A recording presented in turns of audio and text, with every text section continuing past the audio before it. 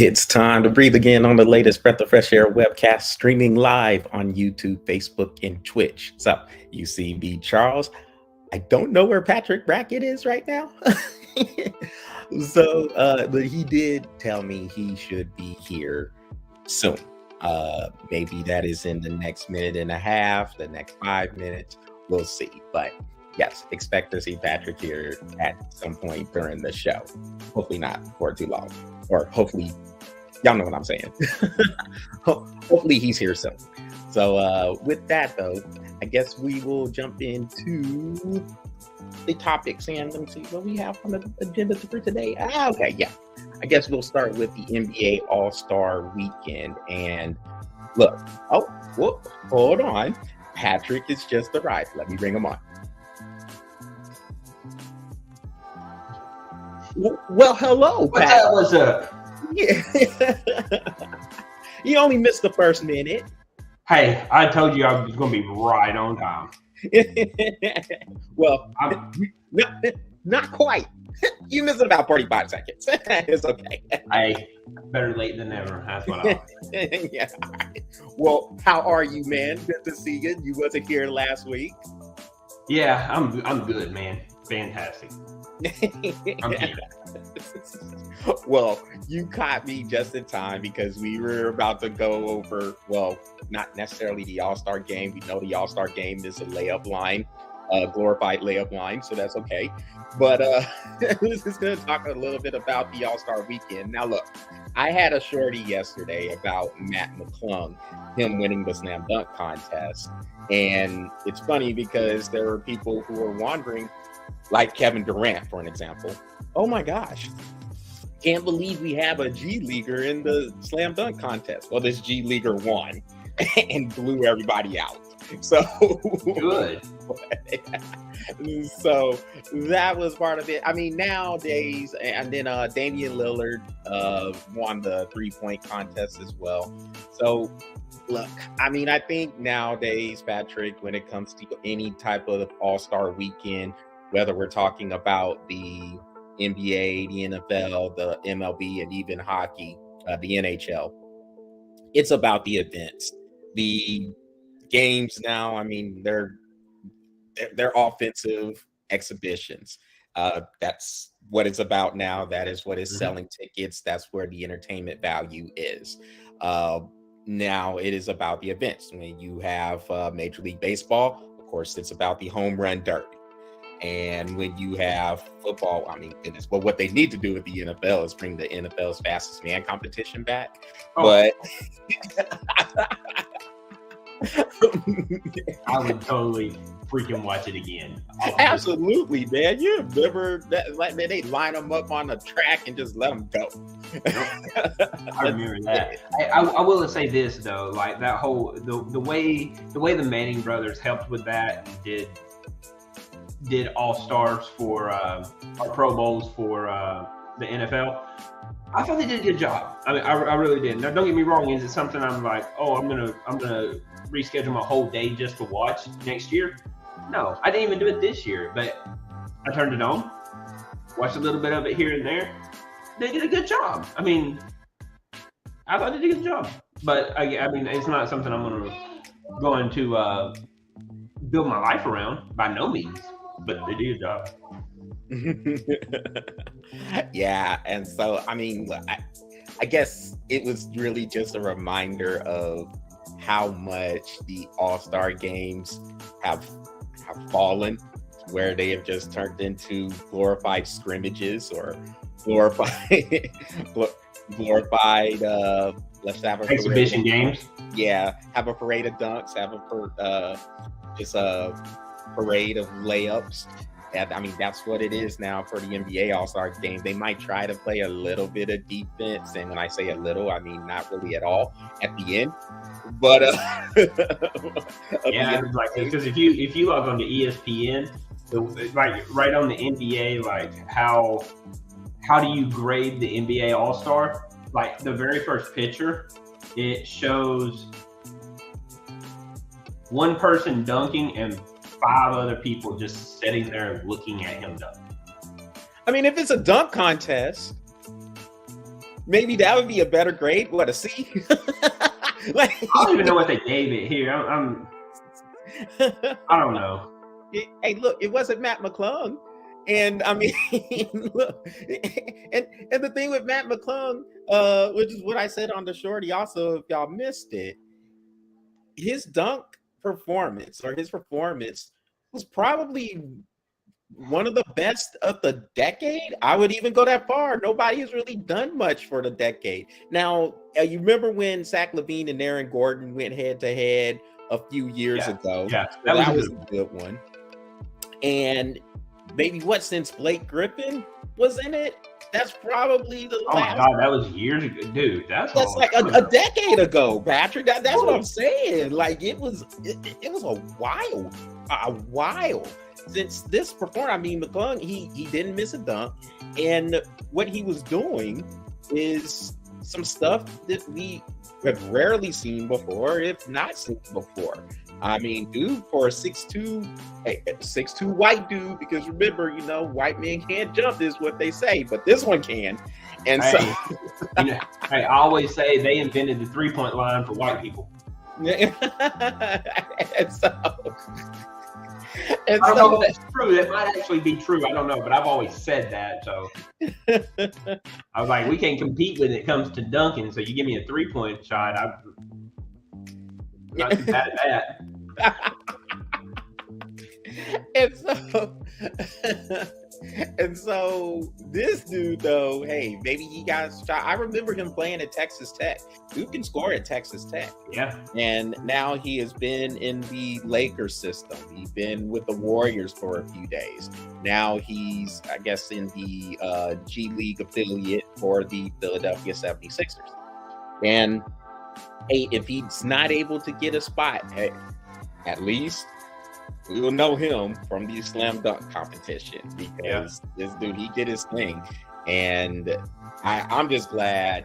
Look, Matt McClung was that dude, or he was the dude that you look at, you might count him out just because he doesn't have the best measurables or whatnot, and then all of a sudden, bam, his head is close to the rim, dunking on people. Yeah. So there's your highlight, man, and I'm just glad because you have people like Kevin Durant coming out here asking about what the NBA is doing, putting a G leaguer into the slam dunk contest. Well, there's number one, because everybody else sucks and they think that they're just entitled. Well, no one else wants to do it. I mean, that's the thing. Yeah, nobody. It'd be one thing if they went out there and didn't perform well, but they're not even going out there. Remember, the stars back in the day, when you had Michael Jordan doing this, you had Dominique Wilkins competing with them, Spud Webb, you had Vince Carter and his performance. Kobe Bryant won a slam dunk competition. Yeah, and so you had all these stars who were coming out there, and even going back to Blake Griffin, you had stars going out there doing this. Dwight Howard, Nate Robinson, those dudes. You had all those dudes who was willing to do the slam dunk competition. Now nobody wants to do it, and yet you have dudes asking what's going on. Well, shoot, if no one wants to do it, why not get a G leaguer doing it? I don't care if the dude's coming straight off the street. Can you dunk? Can you apparently, like, I'm sitting here because I didn't watch any of it. I'm not gonna lie, I didn't watch any of it. Yeah. I'm sitting reading his first round was a 2-handed windmill 360. Yeah, I encourage you, Patrick. Go watch it, man. I mean, you can catch it on YouTube, and they have it on there. And shoot, look, full disclosure, I watched the highlights. I didn't check a lot of it out. I didn't check out All-Star Weekend. You know how I feel about a lot of the All-Star stuff these days.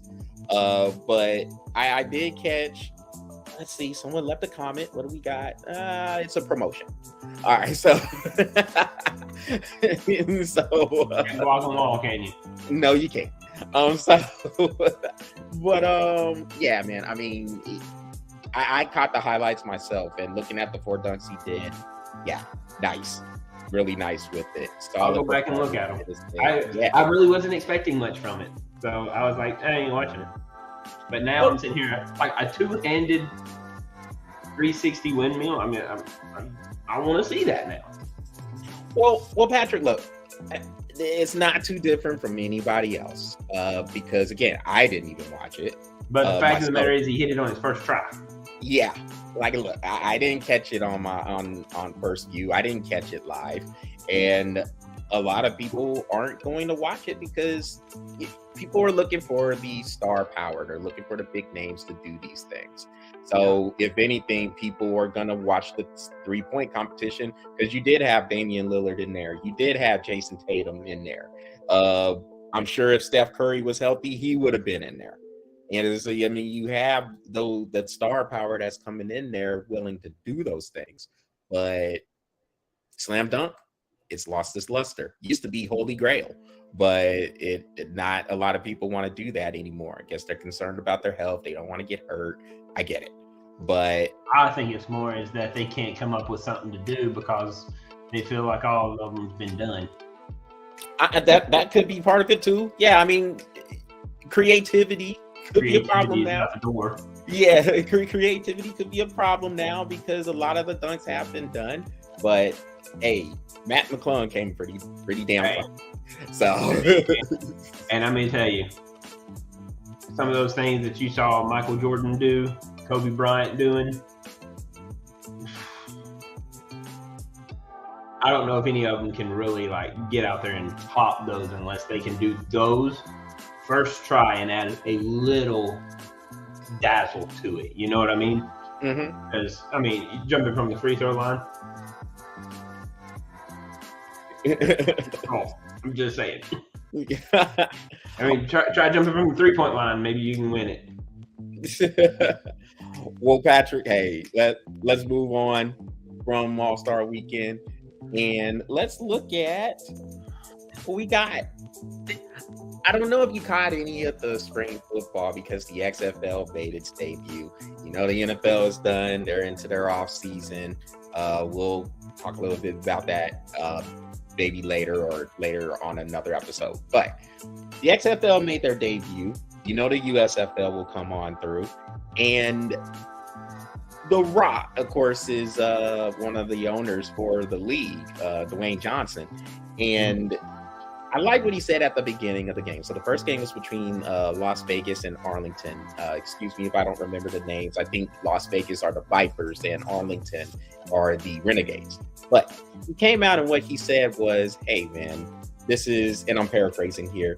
He said, hey, this is the second chance league, one of the second chances league. Whether you're trying to get into the NFL, you got overlooked, or a person maybe got overlooked in the draft and you was on the practice squad and the team let you go and now you're trying to put some more things on tape, or you was an NFL player at one time, but teams have moved on from you. Now you can put some more stuff on tape, willing to just saying, hey, I can still play at a high level.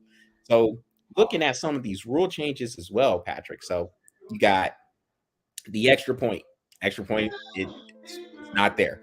If you want your 1 point, get it from the 2-yard line. If you want 2 points, you go for it from the 5-yard line. And if you want 3 points, and this is after a touchdown, if you want 3 points, then go ahead and go for it from 10. Yeah, make it from the 10, get your 3 points. And then the another thing is the onside kick. So if a team is behind, which this actually happened in a game between St. Louis and San Antonio on Sunday. I think the St. Louis is the Battlehawks and the San Antonio team's the Brahmas. But St. Louis was down by double-digit points, got a touchdown, got the ball back, or they didn't do the onside kick. They decided to go for it on a 4th and 15. First, you get your first down, then you keep your drive going. They got the first down, kept the drive going, and went down there and scored, and came back and won the game.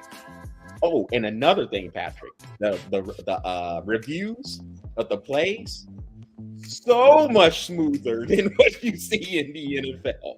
I don't know if it's going to be like this going forward, but if the first week is any indication, these reviews are going to be quick, to the point. Here's my shot. I got it. Okay, he dragged the toe. Let's go. Let's move on. It's not 5 minutes like it is in the NFL where they're over here trying to get into the minute stuff of, man, I don't know. What did he have his shoes tied? Yeah, what did the ball hit the ground? What color was his socks? I mean, does he really match his uniform? Yeah, I know what you mean. So the thing is, Patrick, I know the NFL is how can I put, you know what? No, I'm not even going to put it nicely. They think they're above everything. So, yeah, they do. So with them thinking this way, I highly doubt they're going to look at the XFL and see what the USFL is doing and look at this as a way to learn, to improve a little bit. I doubt the NFL is going to do it, but they can definitely learn from the replay. Oh my gosh, they can learn something from the replay. And and the kickoffs. So the players can't move, but they're lined up, I guess, around the 30, 35-yard line on the other side. Kicker still kicks off from the same spot around the 25, 30-yard line, but they kick off, but you at least get a kickoff return. You know, in the NFL, it's just automatic. Oh, well, if the ball's a little bit over my head, man, I'm not going to return it. But there's kickoffs in the XFL. There are some things. Again, I know the NFL is above that. You know, nose it. Do it with me, Patrick. Just nose in the air. Nose up in the air. Yeah. But there's some things they can learn from how the XFL is doing it, man. It looks like the XFL did their homework with this. So I like the product. I can actually watch this product a little bit. Well, I like you said, I don't think the NFL is going to do, but you know what? NFL could, and I'll never rule it out because of this one thing right here. It all boils down to viewership. With the NFL's, I mean, and don't get me wrong, the XFL is not going to try to take over the prime light of the NFL. But they got 8 teams. The USFL is already coming out, and they showed that they can do some really, fascinating things with their rules and stuff like that. This is the thing, though, Charles, is people tend to look for what entertains the most. And I will tell you this, I didn't bite on the USFL last year, not 100%. I watched the first game. I saw it, I didn't really get it. By the 3rd or 4th game of the season, I was sold. I liked it. It was fun to watch because of the new things that were being brought. I watched the NFL a little bit, but you know me, I'm not a huge NFL watcher. I'm college football through and through. That's just me, right? So when it comes down to it, if I'm going to watch something, I enjoyed the USFL last year much more than I did the NFL. So I would much rather watch that. And viewership will tend to start turning in a way where I can see the XFL and the USFL doing their own seasons, right? And then taking the XFL and the USFL and having a Super Bowl, that would be pretty freaking sweet. And then all of a sudden, NFL now has a competitor. Then that nose tends to go, what just happened? You know what I mean? You're not monopolized anymore. That's the problem. They're not monopolized anymore. They have competitors. And I think baseball should do the same thing.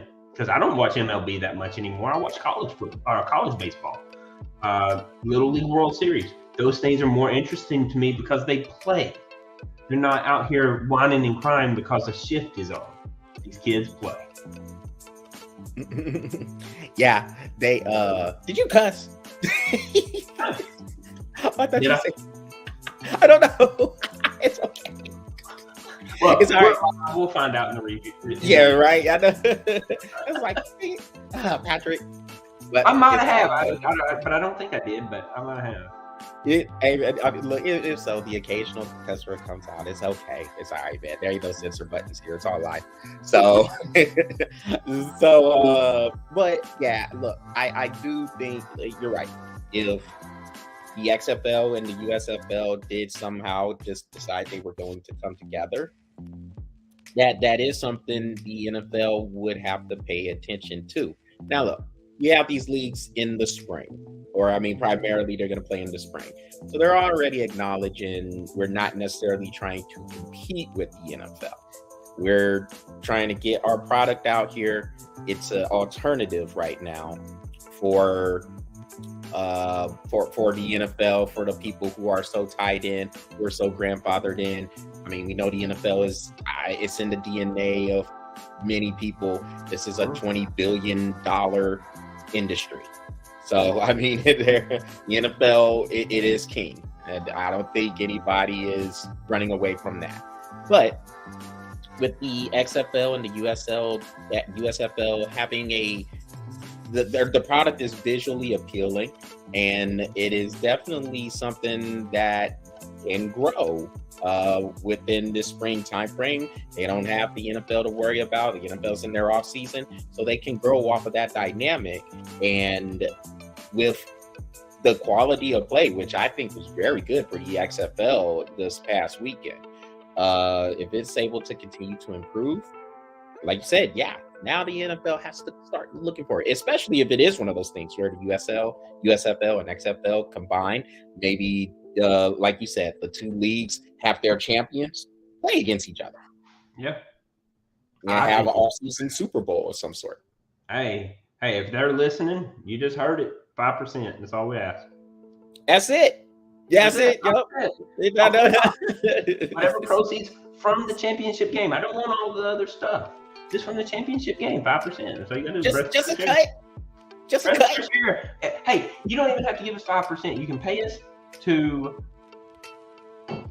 commentate the game. Yep, we can commentate the game. Give us just a little advertisement right there, like a little billboard. We're good. Yeah. Hey, The Rock, if you're listening, you got people already. Just saying. That's right. The only game we want to do. We don't want to do the playoffs. You can have all your other people. Breath of Fresh Air is the only team. There's the only people who commentate the USXFL. There you go. Oh man. So Patrick, hey man, let's move on. But yeah, good point though. Yep, Rock, if you're listening, got us. Us. Yep, right here. Right here. Got you. Look, it ain't as big as yours, but I'm flexing anyway. Yeah. Right here. We ain't running. So let's look at this edition in the NBA. You know, we have talked about the trades that had happened, whether it's been on the webcast or on the shorty. Russell Westbrook is going to the Clippers. The Utah Jazz acquired him from the LA Lakers in a trade, and Utah decided to buy him out. So now Russell Westbrook was free to go wherever he wanted to. He's going to join the Clippers. There was you want to call a moving trailer. I mean, that's all that was. He's like, where am I going to go? I really don't feel like moving again. My wife's pretty mad. Let's just go to the Clippers. I mean, he's going to the Clippers, and I know there's a lot of hype that came with that, but I don't know. Like, he plays hard, Patrick. All right, like we know he is out there competing, but it just appears he's bad at basketball, and I know that's bad to say about Russ. I know, right? Hey, you remember 4 years ago when this man was Mr. 50-50 to us? Yes. I'm telling you, now he's like Mr. 90-10. 90% on the bench and 10% playtime. Or 90% miss and 10% because he's a bad shooter. He's an inefficient player now. So I don't know. We know the Clippers traded John Wall to get Eric Gordon on the team. We both like the Eric Gordon pickup. you bring Russell Westbrook back, who is basically the same player as John Wall is. It on the surface, it adds to the Clippers' depth, which the Clippers already had a good amount of depth. We know it depends on what the health of Kawhi Leonard and Paul George are. I want to say this is a good pickup. At the same time, I'm thinking to myself, anytime, look, it's like this. With Westbrook, it's like this, man. If the Clippers picked him up 6 years ago, this is a different conversation. But the fact of the matter is that he is not. How old is this guy? I mean, he's got to be 33, 34. Okay, so at what point do you really kind of look at it and go, yeah, I'm probably done. I need to just go ahead and retire.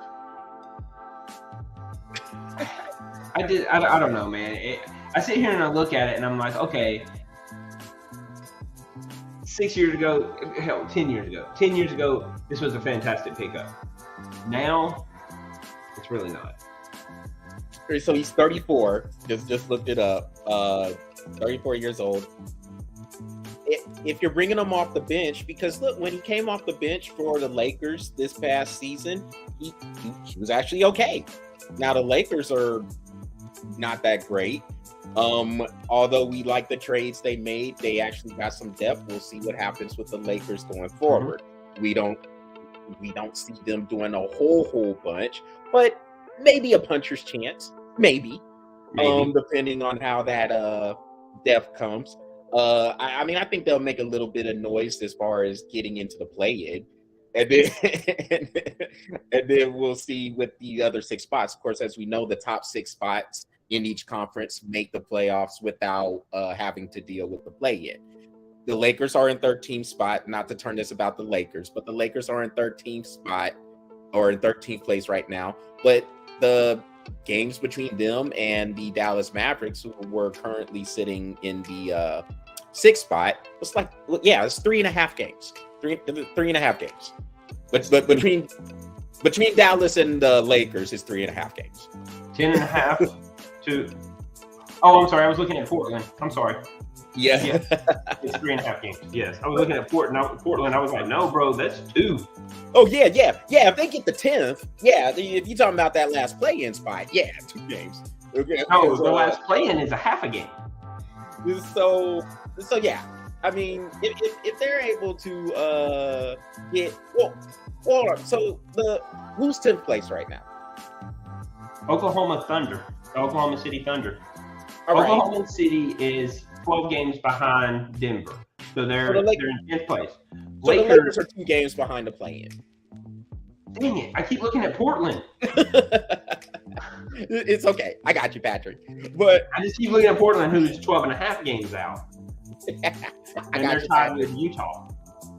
I got you, Patrick. But the point is, though, the Lakers have they can make up the ground. Like, there's not a lot between them, so assuming everything comes together with the pickups they have. The Clippers, though, are sitting in what, 4th? Okay, so the Clippers are sitting in 4th. You have Russell Westbrook coming to the team. If Kawhi Leonard and Paul George are able to stay healthy, the Clippers can be very, very formidable coming down the stretch. Now, I think I'd have to go back to our NBA preview show, but I think I had the Clippers going to the Western Conference Finals. I'm still saying the Warriors will get it together and they will come out of the West. I still don't see anybody beating them if the Warriors are right. If they have all their guys, if Steph Curry's in there, Klay Thompson's good, Draymond Green is good, Andrew Wiggins and Jordan Poole are playing at a high level, I still don't have anybody beating the Warriors. I know what the Nuggets are doing. I know they are first place in the West. The Grizzlies are looking strong, but hey, I have to see someone knock the Warriors off to believe that would happen personally. Regardless if you're in 9th, 10th, it don't matter, because once you get into that playoffs, it's a series at that point. And I don't care what anybody says. Golden State in a series is hard to beat. You got to beat them 4 times. That's the difference. And I know a lot of people are going to watch this and they'll be like, man, come on. Look at what the Nuggets are doing. I see what the Nuggets are doing. But they only play these teams 1 time and then they move on to another team. You don't play 1 time and then move on to the other team. You play this team 4 nights minimal. So I'm with you. The Warriors are they're in ninth place right now, but they're a hard team to beat in a 7-game series. They just are. We can't really look at the Nuggets and say that yet. We can't look at the Grizzlies and say that yet. We can't look at the Kings and say that yet. But I guess we can say the same thing about the Clippers. But what I can say is the Mavericks and the Warriors have proven themselves in a 7-game series. Just saying, So anybody that's sitting here looking at it, well, I think the Lakers are going to be hard to beat in a 7-game series. But they didn't make the playoffs last year, so I'm saying.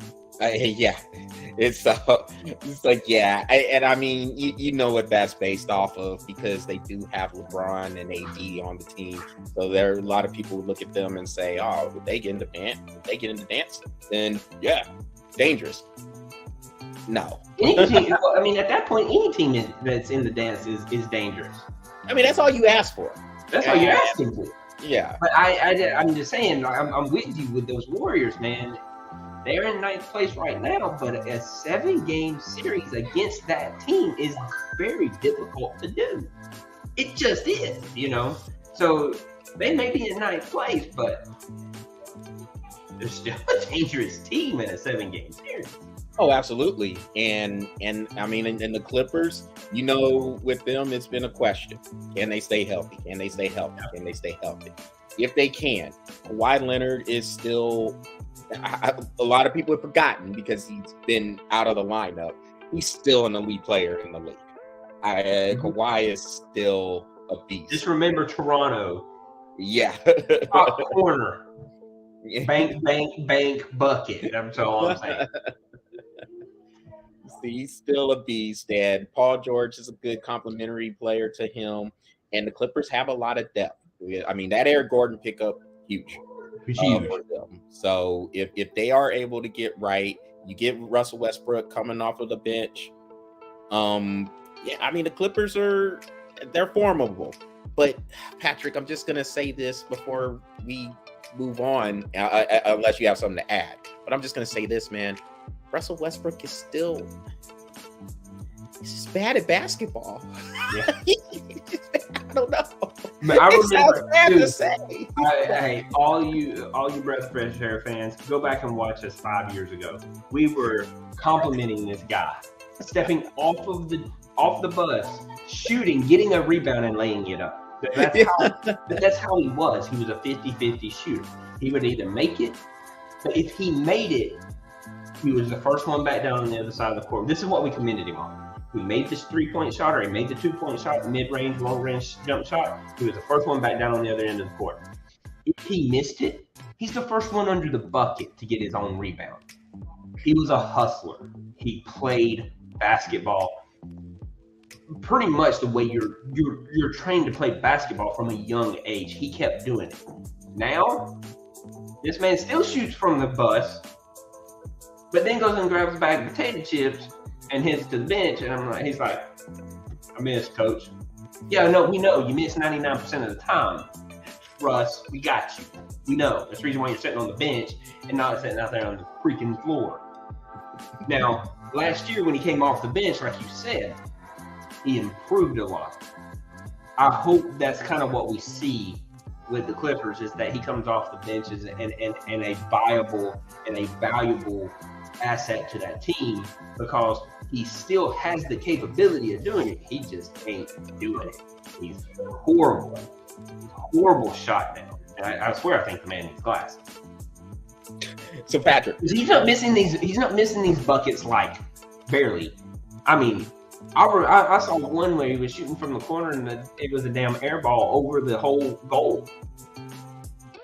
I was like, your depth perception was gold, bro. Well, Patrick, look, That brings me to a story about depth perception. You'll have to catch us on the off on the cuts. You have to catch us on a best of or one of those behind the scenes ones where we just have a hosting show where you can just ask us questions. We'll tell you about Patrick's depth perception here. That's an interesting story. Let's not talk about that. Okay, you all okay? I held that up too. That was money, and you looked at me and was like, "Seriously?" I was like, "Sorry." You'll have to catch us, or we might share that story on the air. That was funny. Oh my god! I wish Key and Peele needs to reenact that one. That was hilarious. So Patrick, before we move on to these other topics, man, you have an Atlanta Hawks background behind you, and today they let go of the coach, Nate McMillan. And did you hear about that? So I knew it was coming. I knew it was coming because Nate McMillan has actually been trying to resign for the past couple of weeks, and they kept telling him no. They kept telling him no, that he would be fine, and he's been asking to be like, because he knows that he can't coach at this level with the ever changing mentality of NBA, and he just knows that. Nate McMillan is such an old school coach, man. He's such an old school coach, and he gets it. He gets it. He knows he's one of the few that he knows time to roll. Yeah, I mean, you're right. It's been kind of building through this season. It's documented, I guess, issues he has had with some of the younger players on the team, most notably Trae Young. And it, like you said, he's an old school coach. He's a guy that is as old school as it gets. You know, valuing practice, valuing that time, trying to get the most out of practice, which, you know, these days practice is maybe in a little bit of a walkthrough. But you know, back in the day, these are hard practices. You're competing in these practices. And the most out of these practices is hard fouls. It's everything. I mean, defense, hand checking, all of it. You know, but when you played those games, you know, you was ready. You was tough from those practices. And these days, it's not really that. I mean, in the age of load management, you know, players sitting out. I mean, it's a miracle if these players play 65 games. It's a miracle if most of them play 50. Yeah. Whereas before, it was a badge of honor. Like, hey, if I'm able to play in all 82 of these games, I'm doing it. Yeah. I'm going to tell you, even if I stepped out there, even today, like, coach look at me and be like, you're going to sit out. I mean, we could be playoff bound. You're sitting off the last 2 games. I'm bullshit. Shoot. No, I'm not. You'll pull me off of that court. I ain't coming off, bro. I'll come off from my breather, but that's it. You into it today, ain't you, Patrick? Oh, it's like the second or third cuss word you done dropped today. I caught that one though. Not okay. No, but I caught that one. Said it. I knew I did it. It's okay. Other 2 times you caught me either. I understand. Hey, energy. I love it. So, well, Patrick, man, let's close on these 2 topics. We're gonna have some fun with these. So, I remember you had asked me about the shorty idea, and one of the shorty ideas you had was a tennis player named Jack Sock. Oh man, Jack Sock. Yeah. You didn't bring it up. I told you I would, Patrick. You know, I got. I know, but I forgot about it. Even after reading your text, I still forgot about it.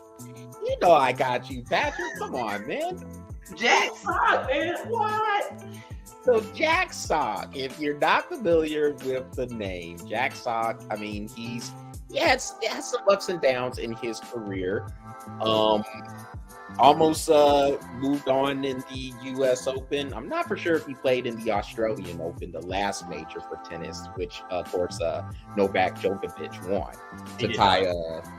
And Djokovic tied Rafa Nadal for the most in the history right now, or at least on the men's side, 22 each now is what they have. Well, Jack Sock is making news for the wrong reasons because apparently he lost to a real estate agent, or what is it? Full-time real estate agent, part-time tennis player. Just real estate investor who is what, Patrick? 784 for a second in the world? 785th? Something like that. Let's see. Where's this dude at, man? I'm looking it up right now. We gotta look it. I'll look him up. You talk, I'll look him up. So he is 784th in the world. What's that? Matija Pichocic? Oh, you got him? Yeah, I think that's his name. Yeah, Matija. That's him. Yeah, how to pronounce his name? I don't know, but that's him. That's him. Oh, dude, 784th in the world. But he beat Jack Sock, and then what? You got to ask dude for some more days off of work so he can compete. So I was listening to an interview, and this was what's funny because I was listening to the interview, and he said he had to ask his boss off a day of work because he had to play tennis, and his boss said, "Well, if you're taking it off, you got to take me with you." Well, his boss didn't know he was going to an open. So he takes his boss, and his boss is like, "Really?" And then he beat Sock. So then he was like, "Now I'm kind of embarrassed because now I have to ask him for another day off." I was like, "That's awesome, dude. If I was his boss, I'd be like, go. And if you lose, you got to sell me $10 million worth of real estate. Make up for that day you missed.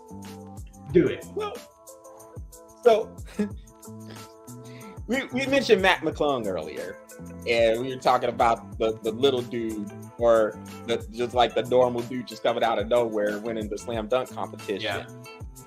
This dude being 784th in the world beating pros. That's even more of an underdog story. Dude, when I heard about it, I immediately started reading articles about it, and I was like, "Wow!" Like I don't know how far he went. I don't know if he won the next round or anything like that. But man, just the fact that he beat Jack Sock, I was like, "Wow!" I was impressed, and he is 784th. Yeah. That is wild, man. I mean, the ultimate underdog story. Yo, he just and like he routed him. I think four. He beat him in three. He beat him in three, but I think it was 4-6 Sock, and then it was 6-2, 6-2. Yep. Yeah, something like that. Like I was like, wow. He came out and played. Yo, he us. Yeah, he us right now. He like, yo, we going to work normally. We doing our everyday thing on this grind, trying to make it, trying to get on a level. Hey, boss, I got to put in some leave. For what? Yeah. I'm play some tennis. No, you ain't. Boss, I got to play this match. Sir, no, yo, check it out. Just check out what I'm doing, and you'll understand why. Oh, this is an open? It's an open. He was like, "Well, then you got to take me." And then he took him, and the boss was like, "I didn't know it was this one." I thought it was cool, man. It was one of the coolest stories I read in a long time. I thought it was really cool, and how down to earth he was. Like during his interview, he's like, "Yeah, I feel really bad. I'm having to ask my boss for another day off." Yeah. I was like, "Do it, man. Do it." That is an awesome story. Awesome. Well, Patrick. Okay, so this one's gonna get a little controversial. You know, we don't walk away from any controversies, but check it out. So I don't know if I have said this live. I don't know if I had really mentioned it through posts, just telling people what to look for when it comes to this product. But I will bring it up here, and then when I bring it up, you'll understand where this next topic is coming from. There is a sex episode coming. And I want to get women in here. I want to get their views on sports. I want to get their views just on like normal stuff, just like being in the gym. Like, how do they feel when they walk around in the gym and they're getting looked at, or maybe sizing up dudes themselves? I just want to get those things. Oh, I can't wait for that episode.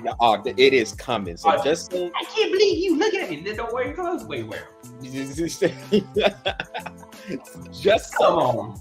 Bring it. So y'all know that episode is coming.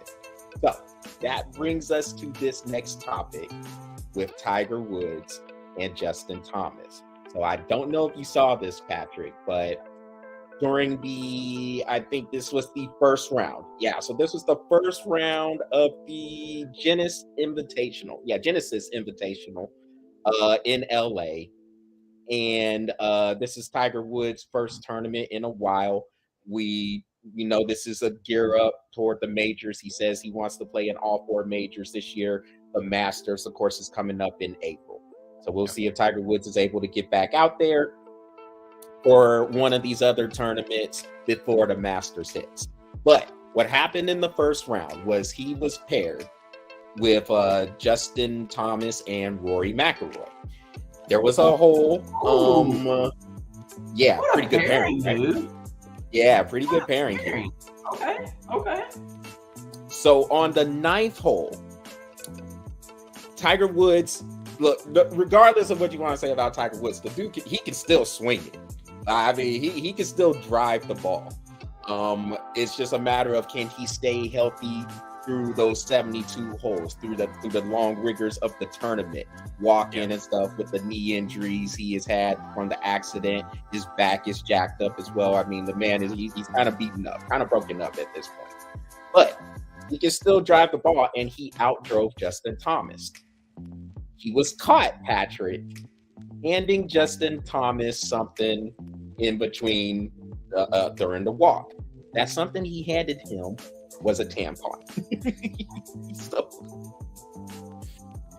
So, no, I have not heard of this. Oh my gosh! I knew that he did something, and I heard about it, and I have been meaning to read about it or catch it, but I just hadn't had a chance. But no, I have not heard what he handed him. That the tampon was the something that he handed him. Now. Oh, I got to hear what's behind it, though. That's the thing. Okay, so he handed him that because of the simple fact that he outdrove Justin Thomas. And he was basically telling him, I mean, you know the language that we have heard during our days playing basketball. Probably said it to each other a couple of times or two. But basically, he was like, quit being a vagina, get in the weight room, and go ahead and you're gonna have to do some work before you can outdrive me. It's basically what he was saying with this joke. Now, Tiger Woods would come back because people were offended. There was women that were offended, and he came back and he said it was a joke. It didn't come out that way. I apologize for the joke. Now, when I first saw it, I did laugh. I cannot. I did. When I saw that, I did laugh because I understand between the lines, what's being said out there. Mm-hmm. When you're competing against dudes, especially with all the testosterone that's going on, the machismo, if you want to call it, the macho-ness that's going on. There's a lot of things that are said, a lot of things that would probably offend a lot of people if they heard it. And this part with the tampon being handed to, I can understand where women would get offended too. This is why I would like to have this sex show, just to get women's point of view on this. Because I'm pretty sure there are women out there who are looking at it from the standpoint we would look at it. And so you've seen women out there playing basketball, they might flex. They're telling other women to get in the weight room too. So what's the difference? Yeah, right, exactly. So Again, I can understand where women would get offended to it, but me personally, I did think it was funny. I would be lying to you if I did not think, if I came on here saying I didn't think that was funny. That would be a lie. Because when I first saw it, I busted out laughing. Out laughing, Patrick. Like I didn't was one of those. Oh God, he called him out like that. And he tried to do it discreetly, but it's Tiger Woods. The one thing I would say about Tiger Woods, you got to be aware. You got to be aware of the audience, and there are cameras everywhere. Anything and everything he does. Yeah, especially Tiger Woods. Yes. So I would agree with you, because this is what I tell my kids. I was like, look, you can have conversation. You can have any conversation you want to. You can have any conversation you want to with me. We'll talk. I don't care, right? But know your audience.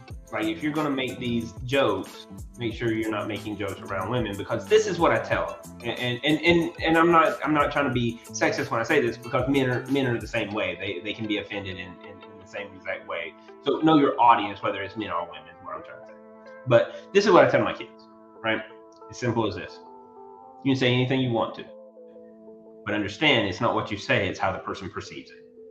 And that's where, in this world, in this very, very sensitive world, and I will say it, and I'm not going to apologize. I don't care who I offend when I say this. In this sensitive world where people get offended over the stupidest crap in any sport or anything that happens, this is at the moment where you need to grow up and get over it. Simple as that. But I will tell my kids, it's not how you say it, it's how they perceive it. So understanding what those consequences are, and this is another thing I tell my kids. I'm fixing to say a cuss word, but this is what my baseball coach always told me. He said, look, it's always about cause and effect. Because you act like an ass, you'll get treated like shit. That's what he told me. Right. And I get it, and I understand it from his perspective, and I understand it even from the female's perspective that feel offended by this. But come on, get over it. In this sensitive world that everything has got to be an offensive, and you got to have a trigger word for a trigger word because you're triggering me because I'm sensitive over it. Grow up, learn to deal with it, and move on. I'm not going to apologize for that.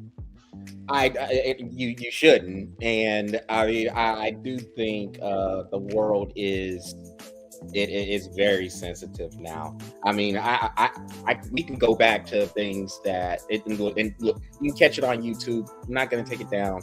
Y'all can go back 6-7 years ago. There was probably some things that we shouldn't have said that are said on there. And so, I mean, look, but that one episode. Yeah, but look, we stay by it, and then whatever. And the thing is, man, I mean, I think we should be able to act accordingly and say what's on our mind, and understand there are some things that people are not going to like. People are not going to agree. People aren't going to like the way we say things. But whatever, who cares? And we're not telling y'all to think like we would think on it. This is how we feel about it. It may come out strong to you. If it does, hey, you got a comment box. You can come and talk to us about it if you want. And again, I mean, there's things that we said, maybe even 6 months ago that might not be okay now to a lot of people. But I do think this, Patrick, and this is what makes things, and I hate this word. This is what makes things complicated with a lot of people. It literally depends on the individual. It literally does. Because if you're saying this, like somebody else would see this, a woman may see what Tiger Woods did and say it's offensive. Another woman might say what Tiger Woods did is funny. And that's just like us walking around in the club or whatever the case is going on. We're walking around in the club. It's a crowded club. You might grind on somebody. A woman might look at you and say, "Oh God, why'd he grind on me?" Another woman's like, "Oh, come grind on me some more." Like, I mean, that's just the I got a friend. Can you do her too? Yeah, right. Yeah, that's just the reality of where we're living. So it really depends on the individual. There might be some set rules in there, maybe a corporation or a workplace has some set rules in there, but it truly depends on the individual and what they feel is over the line and what they feel is not. Like I said, tell my kids, it's not how you say it, it's how they perceive it. Yep. So I thought that was interesting, and for that topic, expect a lot of that in this sex episode, and don't expect it to be the first or last sex episode either. So, because and then, like I said, man, we'll get some women on here, whoever is willing to come on there. If Courtney wants to come back on, or if another woman wants to come back on, if I want to get some sort of what do you call them? What are the doctors called? The women, the feminists. If you want to get the feminists on here, whatever, man, they can come on here too. Let's get it. I don't care. Let's have that discussion. Let's bring it out to the open. And we're not the ones who are going to be sensitive about this. We are open to have that discussion about anything and everything. So let that be a reminder to y'all. This is what's coming later on in the year. So with that, Patrick, we'll go ahead and wrap this one up, man. And that will conclude this edition of the Breath of Fresh Air webcast, streaming live on YouTube, Facebook, and Twitch. If y'all want, or look, we encourage y'all to go to the Breath of Fresh Air YouTube channel and smash that subscribe button and follow the Breath of Fresh Air Facebook page. Patrick, are you doing a shorty this week? Yep. All right. So look forward to a shorty coming from Patrick later on in the week. And until then, everybody take care and have a good rest of the week.